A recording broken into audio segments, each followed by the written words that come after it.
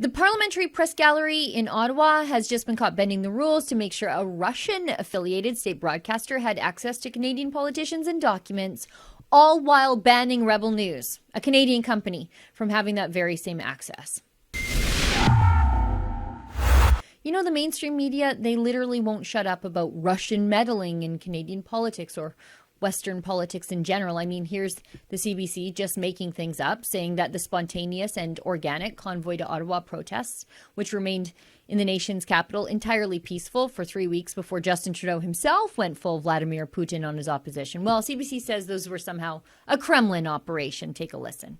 I don't know if it's far-fetched to ask, but there is concern that Russian actors could be continuing to fuel things as this protest grows, but perhaps even instigating it from the outset. Well, again, I'm going to defer to our partners in the public safety, the trained officials and experts in that area. Well, as they say, I think the Russian involvement might be coming from inside the house over at the mainstream media.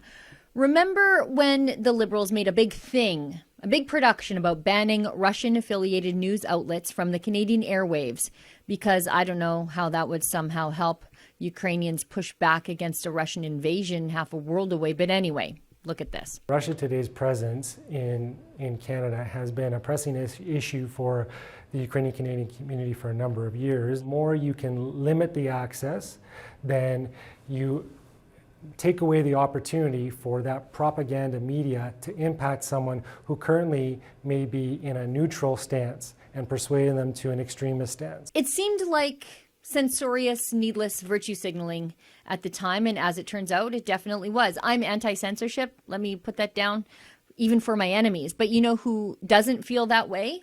The Parliamentary Press Gallery, that cloistered cabal of failing mainstream media journalists who still think that despite their failures and lack of viewership, they alone should be entitled to gatekeep the practice of journalism and access to politicians on the parliamentary precinct in Ottawa. The Parliamentary Press Gallery does not see Russian-affiliated state broadcasters as their enemies or even enemies of the state. Rather, they broke the rules to give them access to Canadian politicians, including our dim-witted Prime Minister. Look at this. The Canadian Parliamentary Press Gallery is in breach of federal sanctions against the Kremlin. Cabinet would not comment on gallery dealings with a blacklisted entity, the official Russian news agency ITAR-TASS, in breach of special economic measures regulations. Foreign Minister Melanie Joly on Friday blacklisted ITAR-TASS among 15 Russian media companies as, quote, disinformation entities that have been sanctioned for enabling and supporting Russia's unprovoked and unjustified invasion of Ukraine. TASS has been a press gallery member since Canada established diplomatic relations with the USSR in 1942. The ITAR-TASS bureau chief could not be reached for comment. The agency, as a press gallery member, is granted in-person access to parliamentary proceedings and documents. So this is all very fascinating business because on one hand, I'm sort of happy to see the Parliamentary Press Gallery making a stand for press freedom and to be independent of the Canadian government meddling with regard to who gets membership in the PPG. But on the flip side, this is total garbage because the Parliamentary Press Gallery will not allow Rebel News to join, a fully Canadian-owned company. They won't give us access to Parliament, but they'll give it to the Russian state broadcaster. Oh, and they'll give it to Xinhua too, the Chinese state broadcaster, which regularly whitewashes Chinese atrocities and human rights abuses. So the mainstream media is treating actual enemies of the state like friends and the enemies of their tenuous and unraveling stranglehold on access to Parliament Hill as enemies of the state. Priorities, as they say. For Rebel News, I'm Sheila Gunn-Reid.